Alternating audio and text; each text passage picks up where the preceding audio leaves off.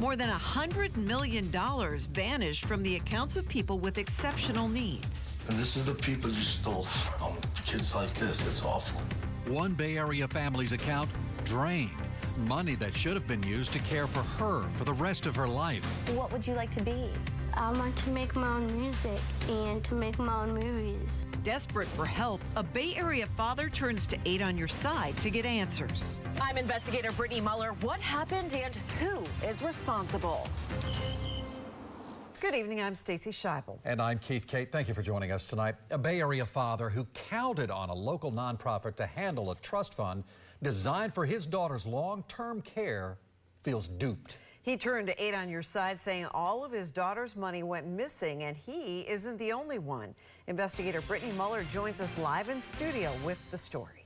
Stacey, Keith, good evening to you both. Here's what we know. The man who founded the Center for Special Needs Trust Administration is now accused of taking and not repaying $100 million. The nonprofit has since filed for bankruptcy, and a South Florida law firm has filed a lawsuit in the case.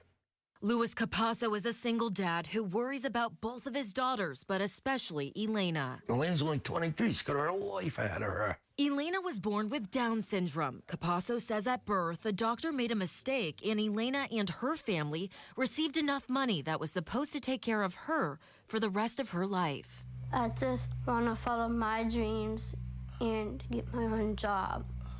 What would you like to be? I want to make my own music and to make my own movies. In 2003, when she was 2 years old, Capasso says a special needs trust fund was created to manage that money through the Center for Special Needs Trust Administration. The nonprofit based in St. Petersburg has been holding vulnerable people's trust for 24 years. Over the years, what have you requested and been granted?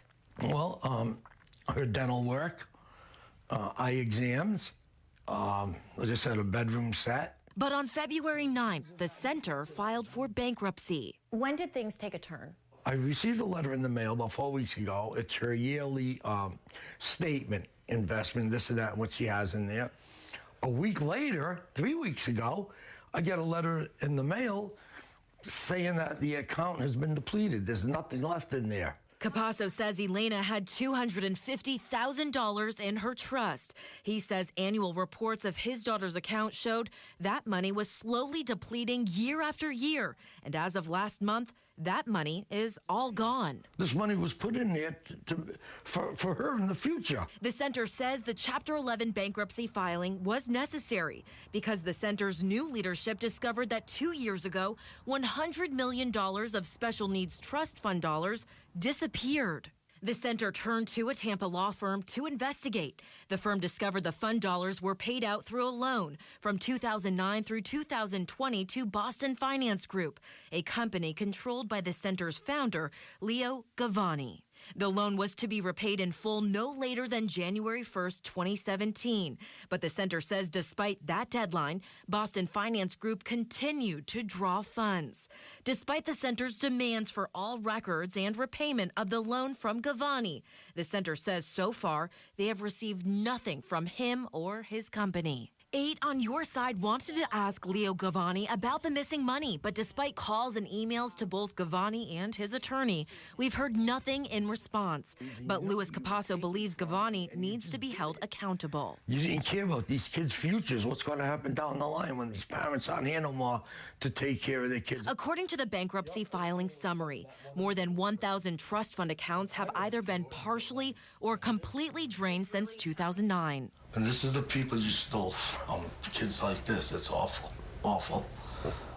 I really do want my money back. While Elena doesn't understand the magnitude of her missing money, she does know her father is upset. Because I love you in the heart. Yeah, and always in your heart. Yes, and I follow my dreams.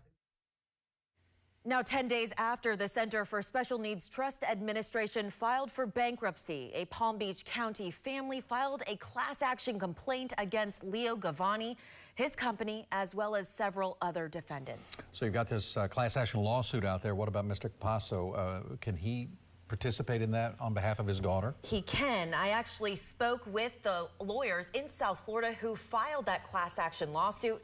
That firm tells me those individuals, including Elena, who saw their trust fund accounts drained, can fill out a questionnaire with Leader Law to see if they qualify to join that suit. Of course, I'll share that link on our website. In the meantime, we are just scratching the surface here on a story that we think will only get bigger as we learn more. So, of course, we will stay on top of this. So much money at stake, too. All right, thank you, Brittany. And if you have something you'd like Brittany to investigate, call our 8 on Your Side helpline at 1-800-338-0808.